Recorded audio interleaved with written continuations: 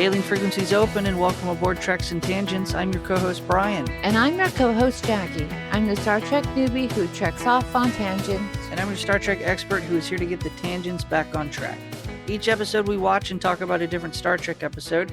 And this week we watched Star Trek, the original series, Season 2, Episode 12, The Deadly Years. Welcome back, everyone. Don't forget to stick around to the end of the episode to find out what our bonus Star Note episode topic will be, posted over at our Patreon, patreon.com/treksandtangents, free for anyone to listen. But before we get too far into the deadly years, let's just quickly revisit last week's Turbo Lift tease. That was Jaci's elevator pitch to what she thought this week's plot episode was going to be without any other context. I mean, we can skip it. No, I think it's important to stick to the format of the podcast. So, computer, what was Jaci's prediction last week? Jaci's prediction last week was, we are going to another planet, giving aid to them, because they have a horrific past that has been full of bloodshed. But now they are working together, finally, and growing as a whole. Both groups that were dueling are no longer dueling, so now we are going to keep going forward, and the Enterprise is helping to give aid. Food, clothing, and all that great jazz. So, Jaci, how accurate do you think your prediction was? I got 2 right, so I got a D+. Your 2 that were right were we visit another planet. And I gave them aid. Okay. I really need to redo these. I'm really bad in it. I tried really hard. Yeah. So I could definitely see where you leaned into a specific topic, the deadly years, and forcing it into a perception of war and warring factions. So yeah, the titles of these things do not go with the episodes. Sometimes they write someone. Sometimes they don't. So since we got your prediction out of the way, what do you think? What are your first thoughts to the deadly years? I actually found it kind of cheesy. So this is a type of episode or a plot that we've seen in our other science fiction episodes. I'm thinking specifically of the SG-1 episode where Captain O'Neill was aging really quickly. Yes. And they had the sex pizza. Yes. So it's a cheesy plot point where it's like, oh no, something's causing people to age really quickly. And this is like the first version of science fiction of that plot point. So, oh, okay. Well, I mean, it's... And then I found it also like, the Commodore was like, oh, we sent our 4 officers and 1 we can't replace. It's irreplaceable commander. And I'm like, they're all the same. They're all human. Like how we saved them all without the ego boost. Yeah. And it's the Commodore's an interesting equation in this whole plot. That man. In the sense that it's like, what is the urgency to get to his new post? And I think the show kind of hinted at his idea of, well, we have a lot of resources at the starbase, and so you should just go to the starbase so that we can utilize those resources with the Enterprise to try to come up to a solution to this. But at the same time, you would think that the logical approach is something on the planet caused it, therefore stay with the planet to find the source. I agree. And I mean, Kirk even makes it a known thing that what the Enterprise has, Starbase would have. But I think he wanted to go to the Starbase because it's a new post and, get the win right away at the Starbase. He'd get his accolade on his resume. Like, he's the new guy in town. And look, I already, saved Kirk. Yeah, a little egotistical. And in other episodes, we've seen Commodores, ambassadors, and other people who have destinations that they want to get to. And the show's at least put forth a little bit of an effort to give a reason for the urgency. We have supplies that we need to get to people. We have meetings to meet, deadlines to make. This guy literally had nothing. He's just like, I'm supposed to be there. Get me there. Yeah, he was like a ride along. Yeah. I will say this, and I enjoyed this part of the episode. the ultimate cause for the crew members to age so rapidly was not a virus and not bacteria or anything that was contagious. It was radiation from a comet's tail. And I know that seems really cheesy, but I like the fact that it was something that fit the narrative of everything that was going on. As an example, I have in my notes, they all beam back up from the planet and there's no quarantine procedure. They just are back on the Enterprise running around with their two very old people. Two very old people. And part of it's like, okay, stupid decision aside, if this is a virus, they've just infected the whole Enterprise and now we're going to have everyone rapidly aging. But we didn't have to worry about that plot hole because it was radiation. It was non-contagious. And I give the show credit for that, coming up with an explanation that fit the overall episode itself. You know what I mean? No, I totally agree. And everything they were doing was following that very same protocol, and it wasn't working. What do you mean? Like all the medicines that for the radiation poisoning, it wasn't working on anybody, and they lost their two elderly people. Right. Okay, I see what you mean. So the regular cures to everything else, bacteria, viruses, whatever, but specifically radiation treatment because it's a different radiation. Right. And they were just assuming.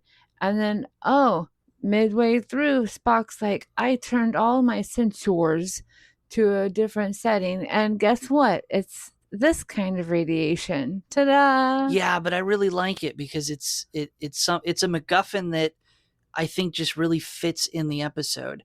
I don't really have a desire to know anything more about the radiation. I don't have a desire to know more about what kind of comet it was, but I'm glad that they included it because it just felt right to me. No, I understand. Like if they're going to mention a comet going by, they might as well include it as like a main character. Right. So I like that part of the episode. There's other things I like about the episode as well. There's parts I don't like about the episode. You always have that part. Yeah. Hey, in case you guys don't know, you could be a Star Trek fan and not be a fan of the original series. It's fine. It's not my favorite. But I don't like some of the pacing to the episode. And we'll cover it when we get to it, but specifically, how many back-to-back examples did we need of Kirk making mental mistakes to drive home to the audience, hey, Kirk isn't all there mentally? No, I totally agree. Well, like nothing seemed to happen to anybody else except physically. And I mean, even Spock, all he said was, I have a bit of, head fog. Right. and you explain Spock away with being half human and half Vulcan, fine. But you're right. McCoy, he just got his accent back. Yeah, and super old. And then my poor little tiny toy woman, Lieutenant Galway, I did call her tiny toy woman because I didn't know her name until the end. And she died because she's tiny. Because she's tiny. Her metabolism. We have the opening shot here of the away team beaming down. She's smaller than Chekov. Yeah, and half the size of Spock. Yeah, she is a very tiny person. And again, I don't care what you all say. It's an away team. I'm not going to call it a landing party. But back on track. McCoy gets his accent. Scotty just kind of hangs out. None of them really lose their mental faculties except Kirk. Spock has a little trouble concentrating. McCoy kind of has to take a moment to think about things to put it all together. McCoy has the worst old makeup ever. Yeah, it's not great. It's like Mad Scientist. It's reminiscent of the makeup from Miri when yes. when the kids grew up rapidly and became adults and they tried to show that they were infected. But yeah, it's kind of interesting that Kirk's kind of the only one that suffers from any severe mental problems. And I guess I kind of like the idea that everyone is subject to, let's call it what it is. It's not an aging disease, it's radiation poisoning. everyone suffers from the radiation poisoning in this episode in a different way and to a different degree. So Chekov, not at all, though. No, well, Chekov not at all, because he had the moment that he was scared, the adrenaline moment.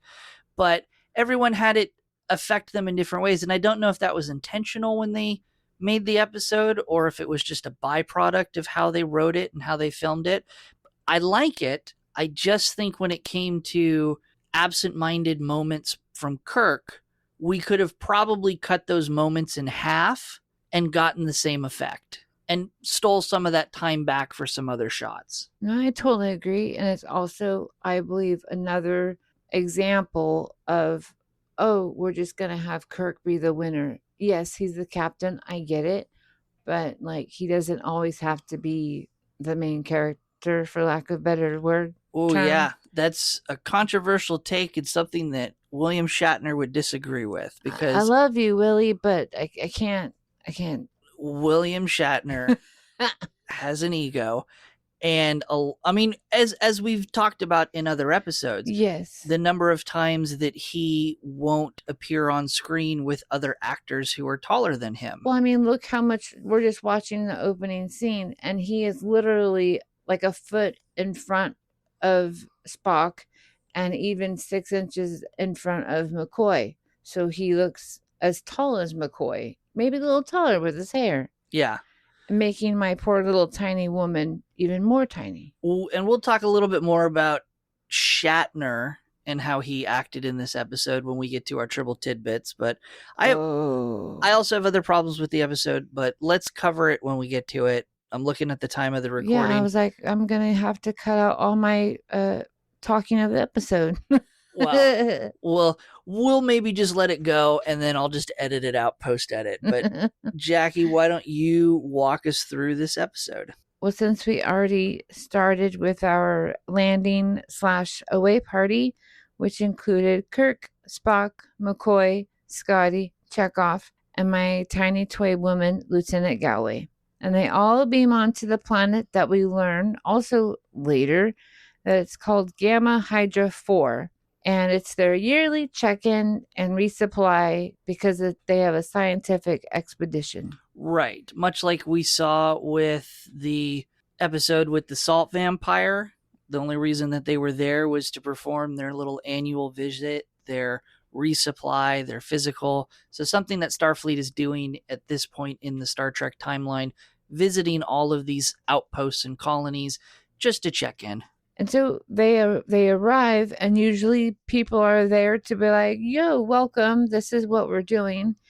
And Kirk even talked to the leader an hour before they beamed down to, we're coming. Are you ready for us? And so they spread out, the landing team spread out to go see maybe the people on the planet are doing their experiments and they're tied up. And Chekov goes into a building and he finds a dead person and he freaks out. It's kind of interesting building too, because you walk in and it's just an open space with a table that the dead body's laying on. Like an altar. Yeah. Oh, we learn that the dead crew member's name is Alvin. Poor and the guy. Chipmunks. And so the leader that Kirk talked to an hour earlier, his name is Robert Johnson. And finally, he and his wife, Elaine, they're like, oh, we're so glad you've come. And you're going to pay your respects to Alvin. It's important to note also, Chekov finds the guy and has a visible terror reaction. He's frightened. Yeah. Traumatized. Also, when Robert and Elaine, the two colonists, come in to the building, the room, whatever, everyone reacts because they are super old. Yes, but when asked how old they are, they're like, oh, we're just 29. We love each other so much and we're doing so well down here. But they look like they're over 70. They can't hear. And they have to Kirk has to speak super loud to get them to answer anything. Right. There's the whole back and forth of Robert's what? Definitely playing into the fact that they are elderly, quote unquote. But an older 29. Yes. Yeah. They're only 29. That was my favorite thought too, when they were just like, oh, I'm 29 and I'm 27. I'm like, you keep telling yourself that, folks. Age is just a number. And then this is when we have our intro. With the singing that Jackie hates. I don't hate it. I just prefer You had me not write a having... postcard to the show that no longer exists to complain. Well, they kind of ruined my song. Okay. But that's okay. So now we are in sick bay because we've all returned and we've brought our two lovers with us, Elaine and Robert. The two lovers, the two colonists. Yes, but they love each other so much. They love each other so much. Like literally, they're clinging to each other so they don't fall. Right. And so McCoy is doing exams. He's trying to keep them alive because Alvin just died. So, and he's also trying to figure out, why are you so old when you're only 29? Right, because and they don't. All the records the Enterprise has and what they know is those ages are correct. They that's partly why they are shocked that they have aged so rapidly. Exactly. And so we did learn that there were 6 people at the expedition on Gamma Hydra 4. There were 6 of them, and 4 had already died of natural causes. And so Robert and Elaine are the only ones left. And so McCoy's like, we need to figure out what happened. And then Kirk wants to know, did your instruments fail? Was there an alien? What happened? But Robert just keeps talking how beautiful Elaine was. Like, he doesn't answer any questions. He's just so happy. Yeah. Also, the first kind of in the beginning, when you're down on the planet in the teaser, in the opening, and you're kind of watching them act, you're kind of like, are you guys all there mentally? And then as this plays out, you're very much realizing that no, they've got some severe mental disabilities happening. Completely. And Kirk tells McCoy, call me when he's lucid. So, like, if he becomes lucid. Right. So he heads to the briefing room. So off we go. And this is where we meet Commodore, is it Stocker or Stoker? It's either Stocker. So I've been calling him Commodore Stocker because he's also kind of like a stalker. Mm-hmm. So he is invited to join in this briefing because he's part of the administrative area. This is when we first learn about him. And we also meet Dr. Wallace, and she is an expert in endocrinology. Yes. We know why Commodore Stocker's on the Enterprise because he's hitching a ride. Correct. We don't know why Dr. Janet Wallace is on the Enterprise. Me neither. It's like they just called her up and said, hey, can you join us? Like, that's the feeling that I get, because endocrinology is how the body works, how it... Yeah. So this briefing, that's how I felt like she was invited, and they just beamed her up from wherever she came from. Okay. Wherever she was at first. Okay. That would be interesting because they would have had to magically deviate from the path to get to them. I don't know. It could also be that she happens to be going to the same starbase that Commodore Stocker is going to. She could just be catching a ride randomly going someplace after the starbase where Commodore Stocker's going. Who knows? But they don't explain it. So, and while they're discussing what the possibilities are, because McCoy's like, these people are aging by the minute. We also learned that this colony is near the neutral zone with the Romulan Empire. So could the Romulans create some new weapon and using it on the colony to test its power? Like guinea pigs, which are actually called KBs. Now you learned something new. There you go. I show rabbits and KBs. They're so much fun. So Kirk instructs everyone to think outside the box of your expertise because we have to figure out what's up. And so everyone heads out to do their job, and Dr. Wallace is lagging behind, and she's just flirting with Kirk because I guess years ago they had a little something. Yeah, it's funny. It's Kirk's. In my notes, it just says, oh, hey there, only female, not in a uniform. What's up? But yeah, they had a romantic relationship. It was 6 years ago. 4 months and some days. Yeah. She kept like a timeline. Yeah, that's a red flag. Run, Kirk. But ultimately, it's revealed that they didn't stay together. They parted ways because they each had their own focus on their careers, their futures, and it just didn't fit the two of them. And she was getting married, so Kirk was just like, let you do your thing. But he did send a stargram when her husband died. Yeah. That was very nice.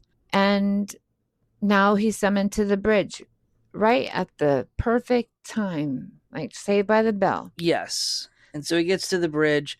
It is funny because I did note when he walked on the bridge, and there's the moment where he gives the order to Sulu. It's like maintain standard orbit, or Sulu says maintain standard orbit. It's just weird that it's thrown. I noted it when he walked on the bridge because it was a bit out of place. It's done so that at the end of the scene we can get the first memory flub, but it was funny. I have that here because Spock and Sulu share a look. Yes. So, but then we learn that the planet is a class M planet, so nothing wrong with the atmosphere. But this is also when we learn about the comet, and the comet was rogue. I didn't know that comets could be rogue, so that's interesting. But no one has investigated this comet. It's just, yeah, it was undiscovered. It was noted as passing by or close to the planet, and no one followed up to. So Kirk says, well, we should probably check it out. We should follow all leads. And he heads to the engineering. Right. And then he says the whole thing about the orbit and then the look. And now we're in sick bay where my tiny toy woman, Lieutenant Galway, is complaining that she is having trouble hearing. And McCoy, just note that he's getting some gray, but he tells her there's nothing to worry about. We'll just do a hypersonic treatment and that should clear things up. Yeah. I don't think they also did justice to the character Galloway with her makeup, or to make her. Oh no, they just piled an ugly person's face up. Yeah, and I don't think it's her. I think what the show is trying to do in this moment, because we are starting to see signs of the away team starting to age. We start to see some grays in the temple. We start to see some applications of makeup to give them some wrinkles. I think what they did was a quick pass to the actress to kind of give her that first appearance, her own first appearance, that she's starting to age. It is not flattering. It could have gone way better. And she's a very tiny woman, so perhaps the mask that they created was for like a larger face too. Oh, we'll get to the process of making the prosthetics and the triple tidbits. I'm excited. Okay, but now let's go do that ear treatment. But then now we're in Kirk's quarters and he's changing outfits and asking Spock for updates. And he talks about the comet again. And Spock assures him, you already gave the order. We are taking it under advisement. And Kirk is like concerned and goes to sick bay because his back hurts. Yeah, it's his shoulder. Well, he touches his back, but then when he gets to sick bay, he changes it to his shoulder. I noticed that. Yeah, we don't really follow anatomy when it comes to injuries on this show. It's the same side, so maybe it's like the mid muscle, that one right there. Yeah, but yes, as he's pulling on his shirt, he gets a twinge in his muscle and he goes to sick bay to get it examined. And when he's in sick bay, oh no, McCoy, who again we start to see some grain of the hair. I think it's even mentioned. Yes. By Kirk, he says, oh, you're starting to get a little gray in the temple, blah, blah, blah. He's like, you should have my job. Right. But McCoy gives Kirk a very brief examination and reveals to Kirk that, oh no, I need to do a full body scan. This isn't a pulled muscle. This isn't anything normal. You have advanced arthritis in your shoulder, dude. Something's up. And it's important to mention that while Kirk is there, it is revealed that both Robert and Elaine have passed away. Right. And while Kirk is arguing with McCoy over the diagnosis of the advanced arthritis and he doesn't believe it, Scotty walks in, and Scotty is just full-blown Halloween old man style. Like he's seen a ghost. Yeah, he got it the worst immediately. Yes. And then we have like a break. And then now we see that Chekov is going through a battery of physical tests because he's not being affected by this. Right. Still in the sick bay, and he's doing the little exercise where he's laying on his back on the table and he's pumping his legs and into the pedals on the wall. Super awkward because as the scene goes on, Chekov stops pedaling, but just stays laying on his back with his legs up in the air in the background. Well, that's because Spock is also on an examination table trying to figure out what's wrong with him. Right. So McCoy is very busy, and Nurse Chapel can only do so many things with Chekov at one time. Right. And did we mention the reason why Chekov is being examined is because he's not showing signs of aging at all? Everyone else is. Chekov is not. Dr. McCoy has also estimated that everyone is aging 30 years per day. I thought this was interesting. Which is ridiculous because then he immediately turns around and says, so we all probably have a week left. And I'm like, 30 times 7. He's just a country doctor. Yeah, and you all are already in your 30s. He's in his 40s or 50s. So, no, you guys don't have a week left. You guys have, at most, like 2-3 days.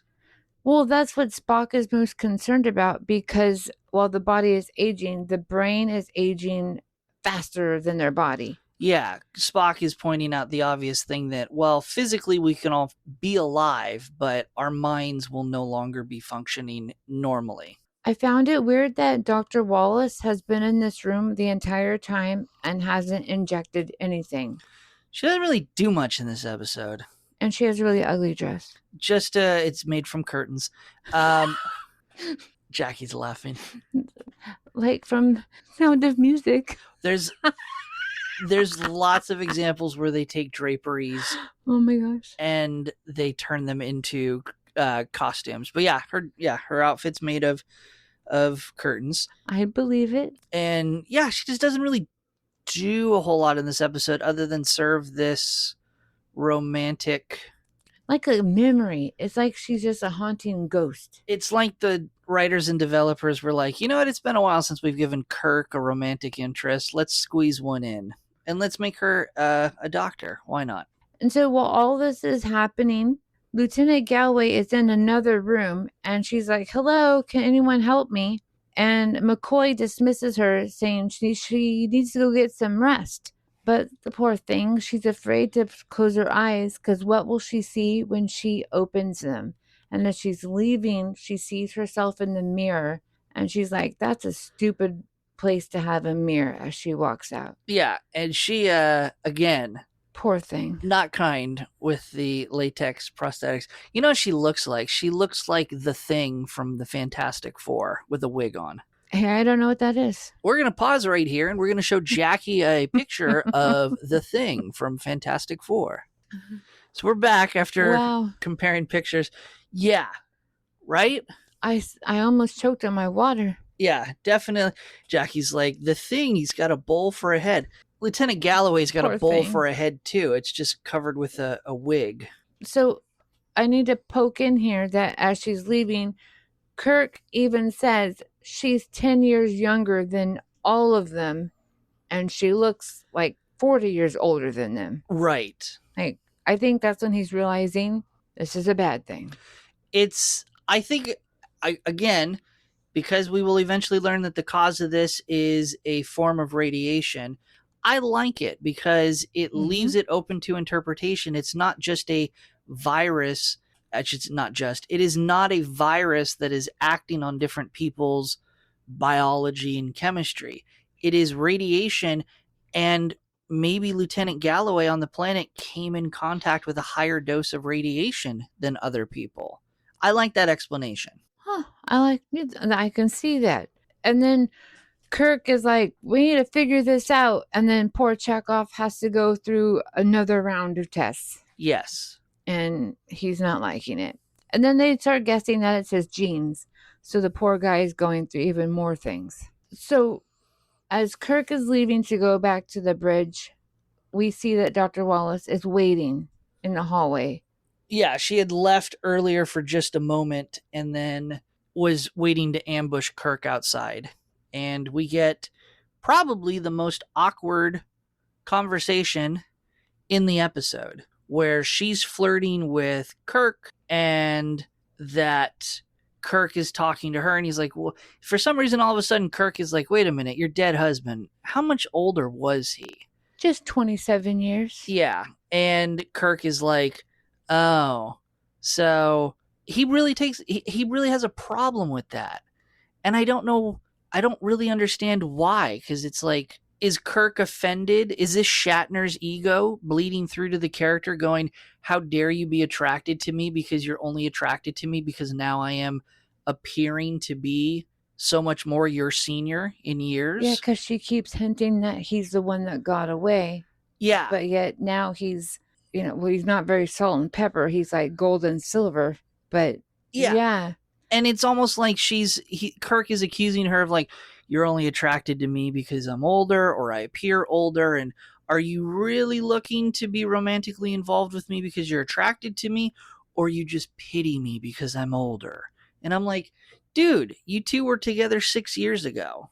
What's the issue?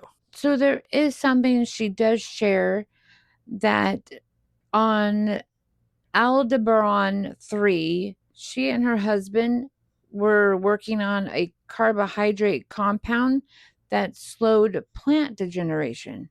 So that's why she was going to the biochemistry lab, but she decided to wait in the hallway. Right, because magically she now is supposed to serve a purpose. Right, she's going to make plants into humans. Right, which, no. She tried. But it's to show like, oh, you serve a purpose, go do some studying, but her research doesn't do anything because it's, again, not aging, it's radiation sickness. So again, she's only there to serve this role of a romantic interest between her and Kirk. So then we have another break, and poof, we're on the bridge, and Chekov and Sulu are first showcased, and Chekov is complaining that he's the supplier of all these samples.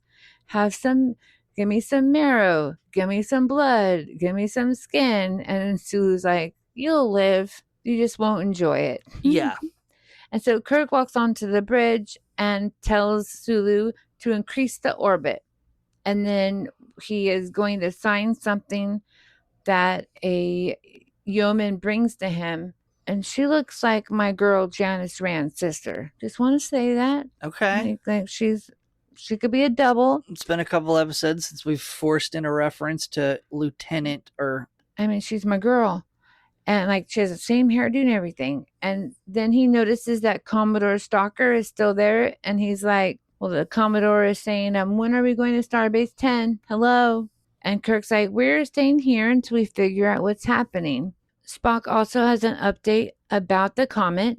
And yes, it has about the radiation. We also have different examples of Kirk having forgetful moments. He tries to sign a fuel consumption report again from the yeoman, and he drops the pen. He's trying to send a message to Starfleet, and he asks O'Hara to use code 2, but the Romulans have already broken that code, so we have to use code 3. Right, and it's pointed out that Kirk should know that from the briefings. So he decides that he's just going to go take a nap, and he tells Sulu to increase the orbit to 20,000 perigee. And he's like, another 20,000? And then we learn, oh, you already had him do that earlier. Right. This is the part of my notes where I'm saying, how many moments do we need showing Kirk's forgetfulness? All in the same scene. And this is going to be one, and it's not the only scene. There's many scenes. We're going to get to very shortly another scene where it's just multiple mental mistakes. It's like, we get it. Kirk is breaking down mentally. So we jump into the hallway where Commodore Stocker is waiting for Spock. And he is trying to pretty much explain that a starship can run well with, as he names off, like chief engineer, chief medical doctor, first officer, under par. Like, they can be sick, but the commanding officer needs to be, fine, super healthy. Right. And Spock's like, yes.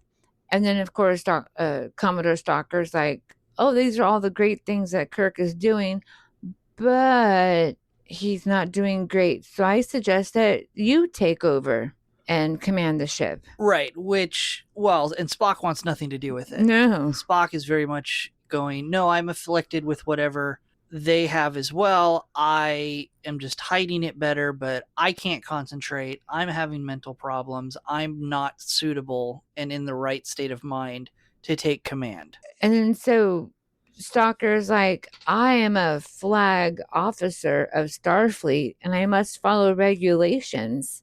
Like he's like all biggie now. And he says that as first officer, he has to call for a hearing that is extraordinary competency. Yeah, basically, we need to have a trial, and we're going to put Kirk on trial solely for the opportunity for either Kirk to prove that he still is mentally capable of command, or to prove that he is no longer able to command, and we're going to take that role away from him, which then means Commodore Stocker would take control. Spock, of course, doesn't want to do it, but he recognizes regulations, and boy, is Spock a stickler for regulations unless it involves Captain Pike. Check out previous episodes. That's true. But Spock will convene the hearing. Let's talk about this for a minute. Why? Star Trek episode, why are we convening a hearing? They're literally aging, according to McCoy, 30 years every day. So they're all going to die before the hearing's over? So let's all take time away, because the next scene is yes. Well, in a little bit. Basically, okay, so let's just quickly cover. We jump back to sickbay. McCoy's examining Chekov. Lieutenant Galway comes in with her terrible makeup and terrible wig, and she suddenly just collapses and dies. They try to say that it's her metabolism. None of that makes any difference because it's just she got exposed to more radiation. That's fine. It's really just a way to set up a cliffhanger to go into a commercial break to come back to Act 3 for the episode. Now, again, we're at the competency hearing. Everyone's there. That was my question too. I was like, who's running the ship? Who's running the ship? Who's running the ship? Who's doing the research to find a cure? That is true also. And I also noticed that Kirk, like I think to add to his aging, he's wearing like a sweater, like an old man sweater. We'll get to that.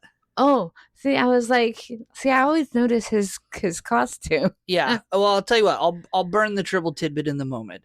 As they get older and they age, the actors start wearing bigger and bigger size uniforms to make them appear that they're shrinking and that they don't fit as well. Oh, that makes sense. I was just like, look at you in your sweater. You should wear that other than that pajama shirt you wear. And it wasn't mentioned, but if you go all the way back to the beginning where Robert and Elaine revealed themselves down on the planet, the older colonists, their clothes are hanging off of them. Yes, I did notice that. Like they were skin and bones looking. So I think that was the trick that they did with their costumes as well. Ooh. But anyway, yeah, back on track. Sorry. The hearing, they're all there. But yeah, no. Well, Nurse Chapel's doing the research. She's not there. Okay, fine. But you don't have McCoy overseeing it because he's there to testify. You don't have Dr. Curtains for Wallace dress because she's there to oversee and testify. Scotty's there trying to hang on. Is Sulu there? I guess Sulu's there to testify. Yes, we have. Yeah, they're in the back. So yeah, there's no one there. There's no one left to run research except, okay, maybe Nurse Chapel.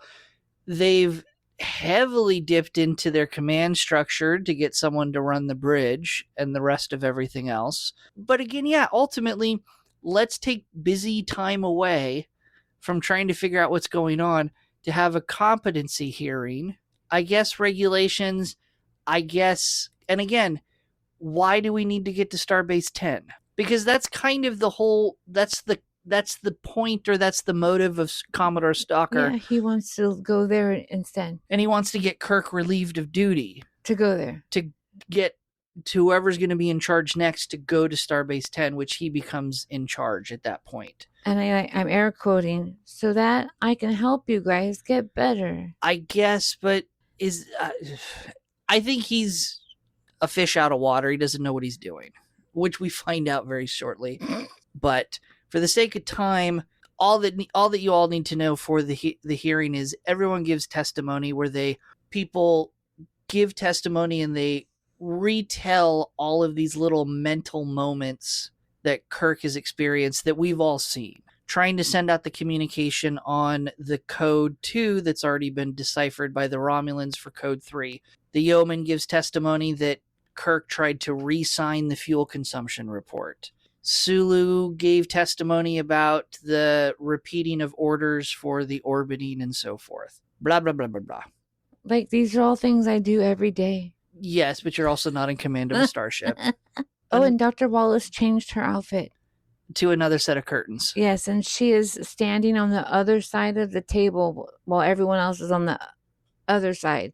She's the only one, like, closer. Has she changed her outfit? Yes, and Kirk is sitting, like, near the door, and he needs, like, a dunce cap. Like, they have him on a stool. Yeah. It's so weird. Uhura is the only one they have stand to give her testimony. No, that's not true. Sulu stands. He has to stand. I think they all stand. Okay, I'll go with that.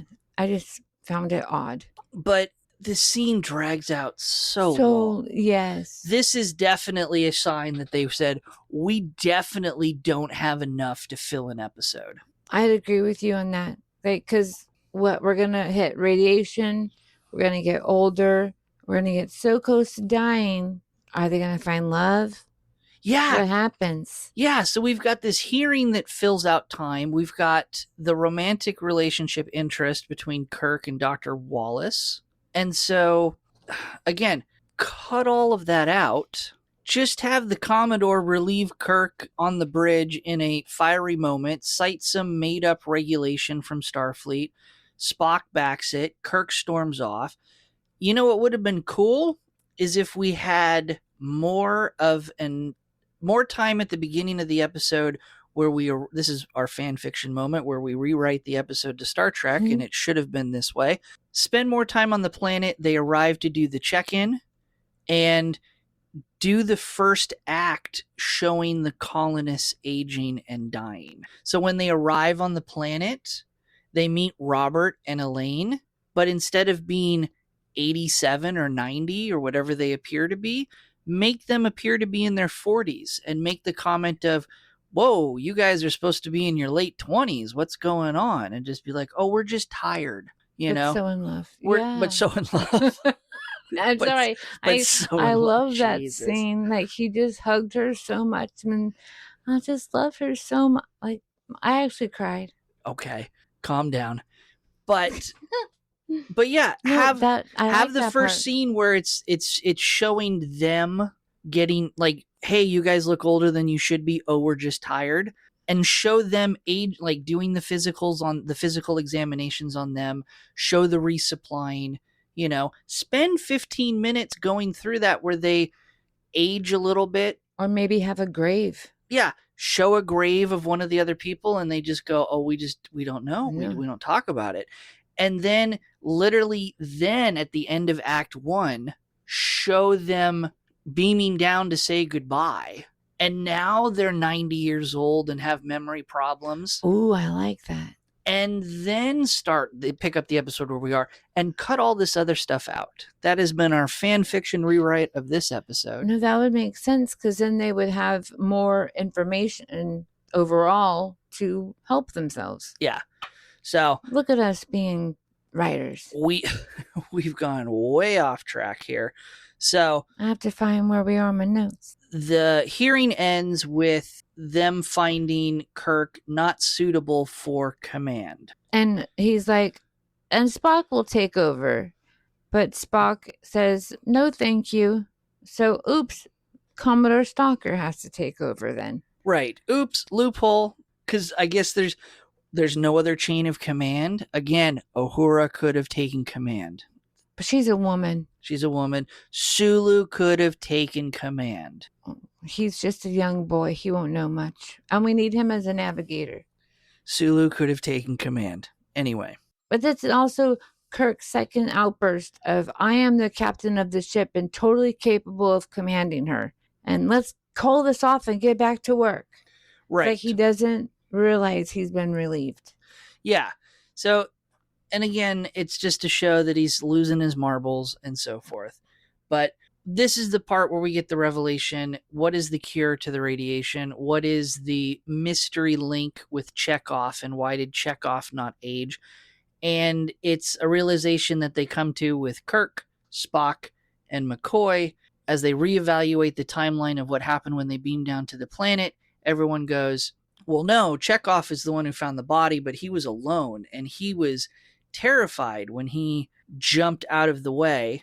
And so they all come to the conclusion that, well, that spike in adrenaline is what shielded him from the radiation. A little bit bonkers of an explanation. No, but McCoy totally answers that part too, because before they found this drug, Hyronalin, I know I just butchered it, they did heal radiation sickness with adrenaline. So he was like, I don't know why we stopped our research on it. Because it's a crock of crap, basically, but okay.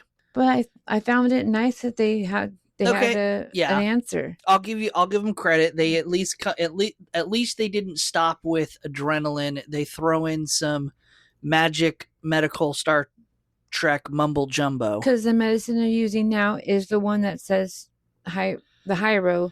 They're using that one and it's not working. Right. So the adrenaline will have to. Yeah. So Spock, Dr. Wallace, and Nurse Chapel are put on figure out how to make this medicine duty. Yeah. I think this is where we get the little weird 5-second montage of them like doing chemistry to put together the little chemistry set. Yeah.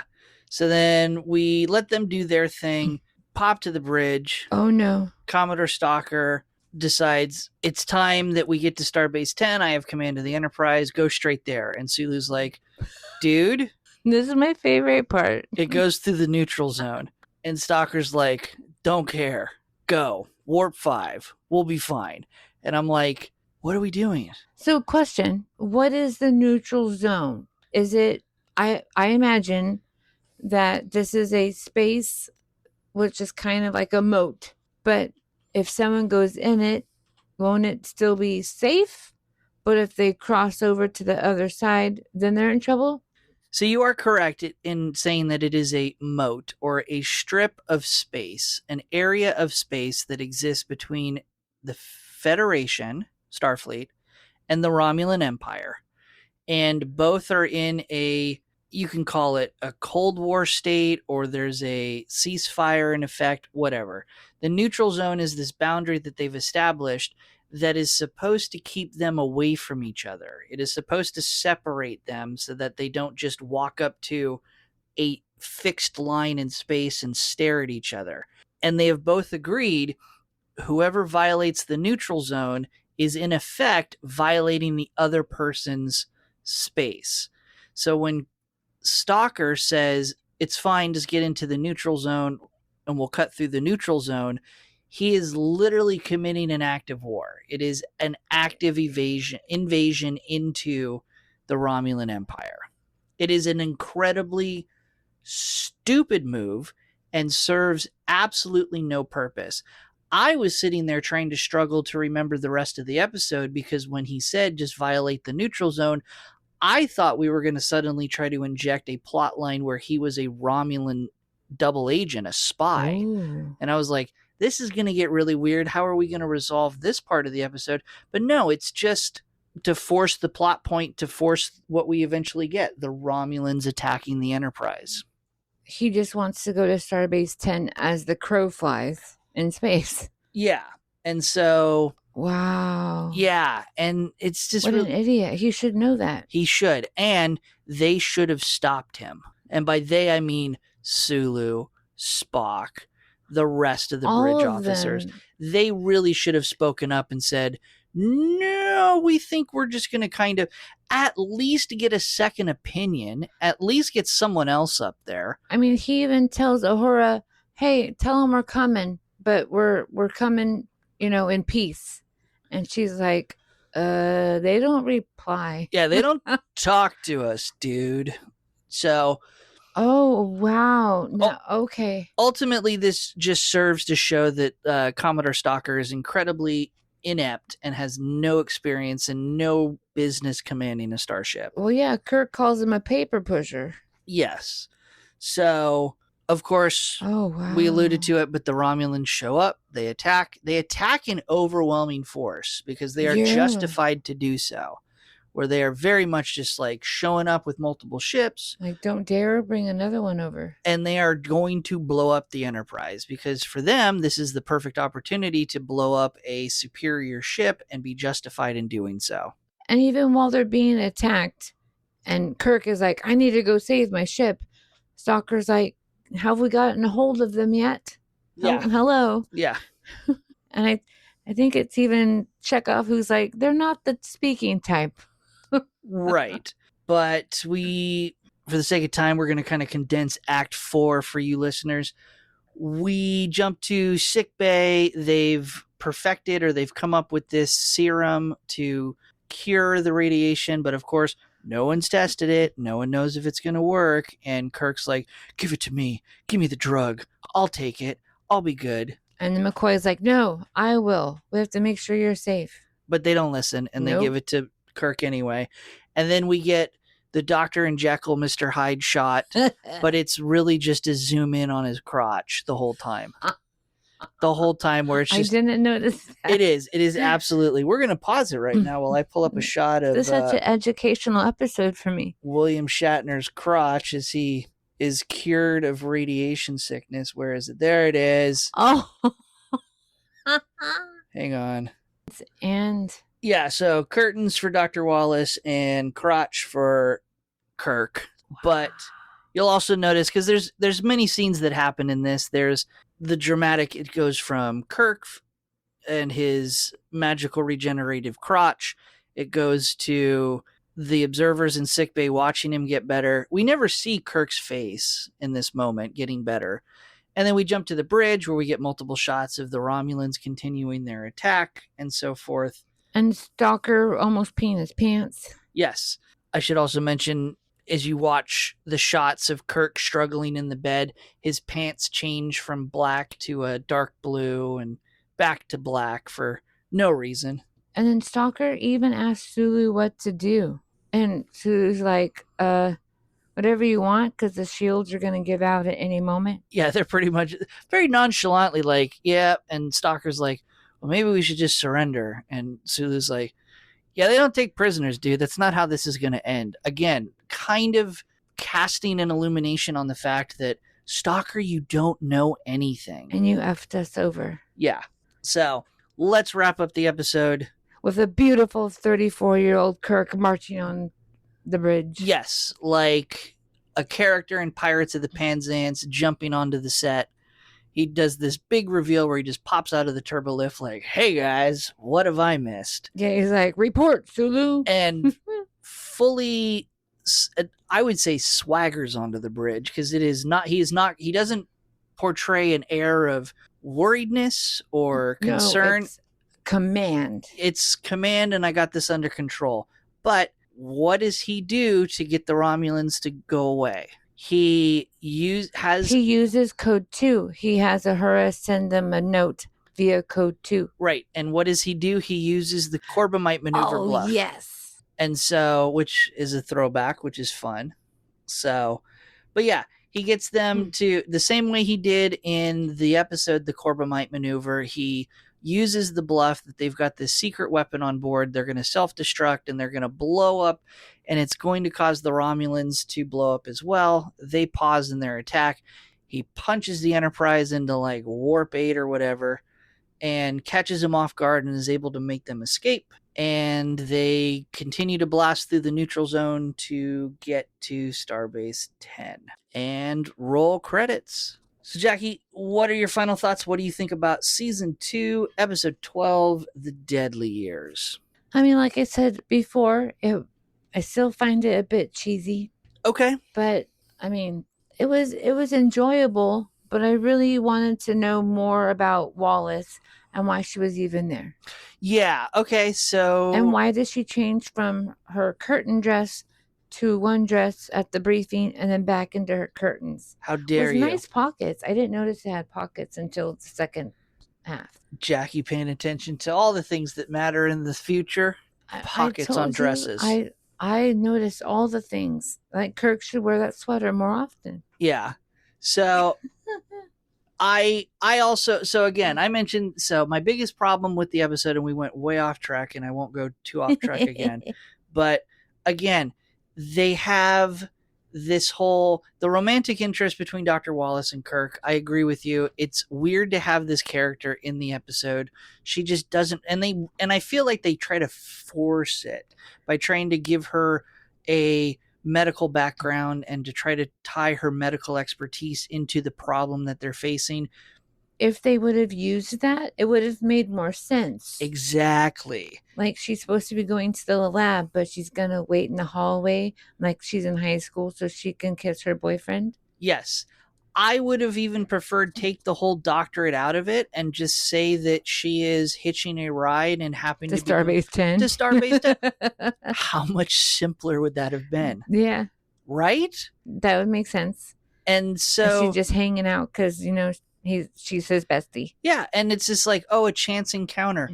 That's fine, because now it's just showing that Kirk is a playboy and he's got all these women in his past, and this is how that's how other romantic interests have popped up in his life before, where it's just they randomly end up on the Enterprise, we get the flirty backstory, yeah, and then they're gone. They really tried to force her into the episode by justifying her presence as a doctor that led nowhere. Also, the fact that we have the hearing that takes up like 10 minutes at least, way longer than that. It takes up a good quarter of the episode that's, I feel, unnecessary. Yeah, and especially with Kirk's, he makes the hearing a bit over the top. Like he just needs to be like seatbelted in. Right. And so, but those things aside, the cheesiness of it aside, I kind of like this take on the rapidly aging people plot, where I like the fact that they had the radiation. I like the fact that they had that explanation that I felt really fit. I felt overall the plot point could have been, if you had just focused on that more, it would have been a really, really good episode. Yeah, like what you suggested. I like that a lot. But other than that, so. And hey, justice for Galloway, the toy lady. That poor thing. That they did her dirty on this episode. So that would have been cool if we could have make her come back to life. Yeah, she didn't have to die, I guess. But in any case, before we give our favorite quote to the episode, we're going to go ahead and we're going to reveal our topic question for our bonus Star Note episode that we're going to post over at our Patreon, patreon.com/Treks and Tangents. Free for anyone who follows the Patreon. Our Star Note episodes are just 10, 15, 20 minutes of us just kind of going deeper into a topic and conversing back and forth. I win at them. Jackie oftentimes does win at them. She never chooses the topic, though. I don't choose the topic, but I am such a great debater. So this episode's Star Note topic is going to be, who handled the crisis worse, Commodore Stocker or Captain Kirk? So when you're done listening to this episode, jump over to our Patreon and follow us. Enjoy the episode for free and all of our bonus Star Note episodes. Again, patreon.com/Treks and Tangents. Jackie, what is going to be your favorite quote from the episode and why? I picked out a few, but I think overall I'm going to go with, I'm not a magician, Spock, just an old country doctor. And it's McCoy and Spock. And I love how, since this episode is aging, it's like his quote that he always says, he makes it backwards about, I'm just a doctor. not a magician. Okay. I thought it was fun. My favorite quote, I seem to be going down the rabbit hole of quoting Chekov on episodes. Well, he's good. Chekov is kind of there as the comic relief, and I don't know why I find that so funny, but I do. So my quote, and it's from a scene that, deeper fun fact, they often remove this from syndication to save time and because of the topic. But it's when Chekov, at the end, after he's done the bicycle wall pedaling and he's being examined, and they say, Chekov, you got to do more examinations. And he goes from that bed to another bed. And Nurse Chapel says, come on, Ensign, it won't hurt much. And Chekov is like, promises. In that cheeky little Russian way. So I just think it's funny. I just like that moment. So Yeah, because he even says it does hurt when McCoy was like, it's not going to hurt at all. right. But yeah, I think those are going to be our final thoughts. We'll jump into our Tribble tidbits or fun or interesting facts to the episode. And why do we call them Tribble tidbits, Jackie? Because they are the best. Because Tribbles can be fun, cute, cuddly, but also a nightmare, terrible, a pocket pet. And so can interesting facts to an episode. So first airing December 8th, 1967. Side note, this is the exact same day that the NHL California Seals hockey team changed their name to the Oakland Seals. As California hockey fans, we have to know our history. So terrible team, but that was probably one of my favorite hockey team that no longer is. So look up their history. It's too bad. It's one of many teams that the San Francisco Bay Area has tried to have, and nothing ever sticks. That's why you should have one that's solid like me. Yeah, like the Penguins. Whoop, whoop. Yeah, no, go Sharks. I mentioned this in the episode, but again, the aging cast members wore oversized versions of their uniforms to give them their impression that their bodies were shrinking with age. William Shatner absolutely hated the 3 hours it took to put on the aging makeup and the prosthetics. He had like nothing. He was caught numerous times arguing and shouting at show producers, having to endure it. There is a famous moment in the Star Trek blooper reels where, for background, they don't go too much into it, but it's basically they wrapped shooting. They got to the end of the day, they wrapped shooting, but they told Kirk that he would have to report to the makeup chair again tomorrow to get it put back on to do some wrap-up scenes, and Kirk was pissed because he thought it was the last day he'd have to put on the makeup. So what a baby. Also, Shatner argued and pushed back against showing Kirk age too much. If you look at his... Okay, that makes sense, because it's only his hair. If you look at the different stages of him aging, there's a moment where his hairline starts to recede as he gets a little older. But then when he's super old, he's got his full head of hair back. That was Shatner going, no, I don't want Kirk to look too old and feeble. Because I think in his mind, as an actor, don't want to portray that and look like that. Right. So that's why he went silver and gold. Pretty much. Oh, what an ego. Laura Wood is the actress who played Elaine Johnson, the colonist lady at the very beginning who was just so in love with Robert. Aww. And that actress is also the actress that played the crew member from the episode Charlie X, when Charlie got upset and made the crew member turn really old, and she had the little mental breakdown. That poor lady's had to be 2 old people. Yeah. So on her resume, plays old well. Yes. It would normally take a makeup artist a month to make up all of the different latex prosthetics that they would have used to shoot this episode. Fred Phillips was the makeup artist who was in charge of all of this. Instead of a month, he was given 10 days to come up and make all of the prosthetics and have them ready to go for shooting. He had a lot of extra help and a lot of extra hands, but he was given an almost impossible task. So, well, he did great for that. Yes. Finally, I don't know why they didn't do this, but it was originally planned in the script. So Kirk gets the serum which magically turns him to his younger self and cures him. And then he pops onto the bridge, right? Right. Like Superman. It was meant to instead be that they would show a sequence of shots where he got up off of the bed, left sick bay, walked down a couple corridors, got onto the turbolift. They wanted to show that, like losing age. Yes, they wanted to Oh. film a sequence of scenes where he would be visibly younger in each scene until he arrived on the bridge, fully back to his normal age. I couldn't find a reason why they didn't do it. I'm just going to assume that they ran out of time to film it and they didn't have time to go through it. They didn't have a chance to put it all together. Or our buddy Shatner. Or Shatner just didn't want to do it. Yeah, he's like, F that. Yeah. So, but I think that would have been really cool. I'm sad that they didn't do it. So. No, I agree. But I also like what they ended up doing after all. Yeah. And that's going to be your Triple Tidbits for this episode. I like it. We'll give our episode ranking where we pretend that the episode is a member of our fictitious starship, and we assign the episode a Starfleet rank. The rank not only represents how entertained we were by the episode, but also, more importantly, how valuable of a crew member we think the episode would make for our starship. A higher rank, of course, means that we were more entertained. A lower rank means it's a more disposable member of our crew. If none of that makes any sense, don't worry. We'll post a graphical representation on our Patreon, free for everyone.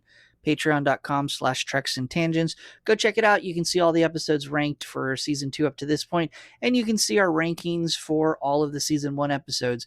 We sometimes promote episodes, demote episodes, because we only can have so many ranks.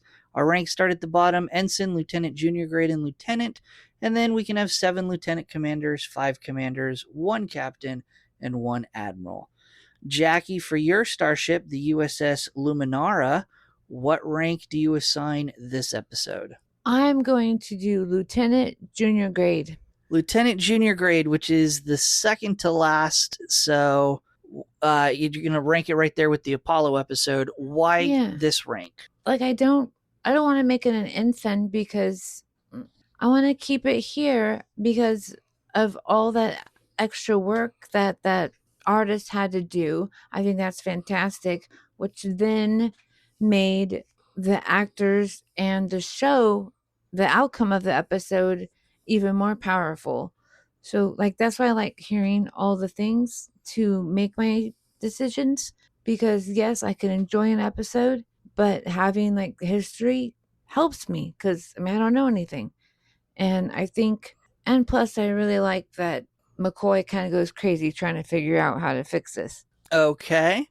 Yes. So for those that were wondering, Jaci frequently lets the rest of the facts influence her ranking. My ranking's more pure. It's just how entertained I was by the episode, how much I liked it. I like the full pizza. I don't think this is a disposable episode. Again, it may be cheesy. It may have its pacing problems. 25% of this episode could have been removed and rewritten, but I still like the episode. So I'm going to rank it a lieutenant commander. This is going to be my 3rd out of 7 lieutenant commanders. It's a good, for me, solid episode that I would go back to and watch multiple times. So it's not going to be one of the best episodes of the season, but I certainly think that it fits the core structure of Star Trek, and it definitely is an episode that I would keep in the season. I can see that. You do a really good job on all these graphics. Thank you. Applause for Brian. I use multiple assistant tools. So, and it was pointed out to us by my brother that I forgot to mention the name of my starship in the last episode, so we will toss it in there. My starship for this season is the USS Comet. There, I remembered this time. Well, you do forget often. You don't have to call into the show on your drive home from work to tell me I forgot to say it. He should make it a comment so we can get some engagement. Yes, comment on the episode. Talk to us, people. We love you. I'm staring straight at you, brother. Anyway, none of that makes sense. Go check out the graphical representation over at the Patreon. It's links in the description. So. It looks like Tetris. tell us what you think. How about that? We always also seem to forget the engagement question. So tell us what you think. What would you rank the episode? What do you think about the episode? Just for reference, over at IMDb, the episode ranking, Jaci, who always forgets how the episodes are ranked on IMDb. Again, 5 to 6 is going to be terrible. 6 to 7 is going to be pretty average. 8's going to be good. 9's going to be great. I'm going to give it a 7. You're going to guess this, people gave it a 7? Yes. Okay, it's a 7.3 out of 10. Woo! So I think we should go on here and we should make our own podcast account for IMDb and just throw our average rank in there. Maybe we'll start doing that. That'd be fun. So, see how we can mess up their numbers. Yes.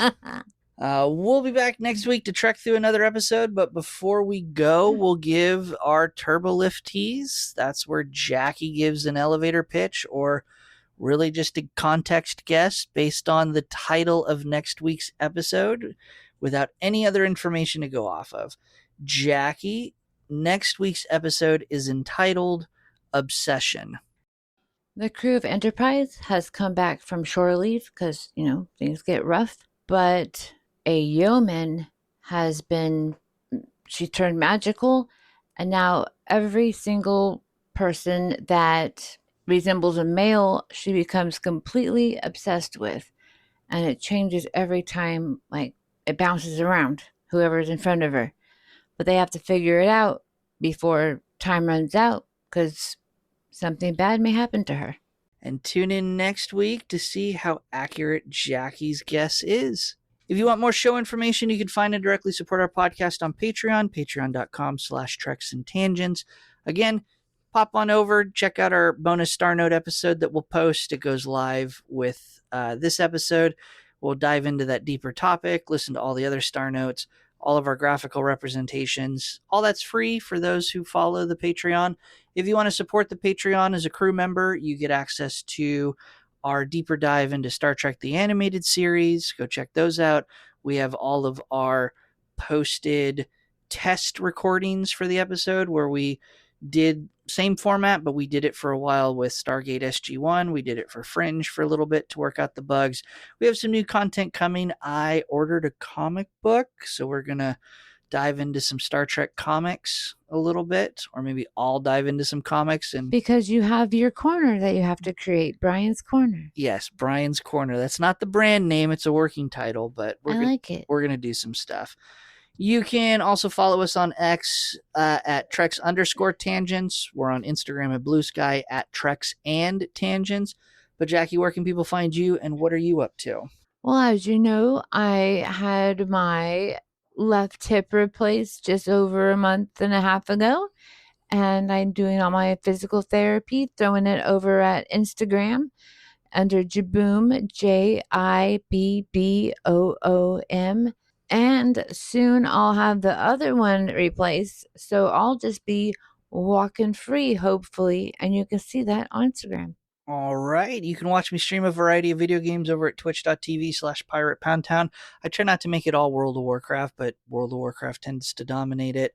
You can also find other video game content and just random stuff over at YouTube under Pirate Pound Town. Also on Twitch at Pirate Pound Town, I should mention. You can find me on YouTube as well under Pirate Treasure Hunting, where I post coin collecting and other hobby content. I'm on Blue Sky at Pirate Pound Town, and you can find me on Instagram under Pineapple Cannibal. We've been posting a lot of pictures of we're in the middle of State Fair season, so we're posting a lot of our State Fair pictures over there. Go check it out. I forgot to add that too. Links to all social media is down in the description. Check it out. Thank you everyone for tuning into this episode. We hope you had fun like we did, and we'll see you all next week. Steady as she goes. End transmission.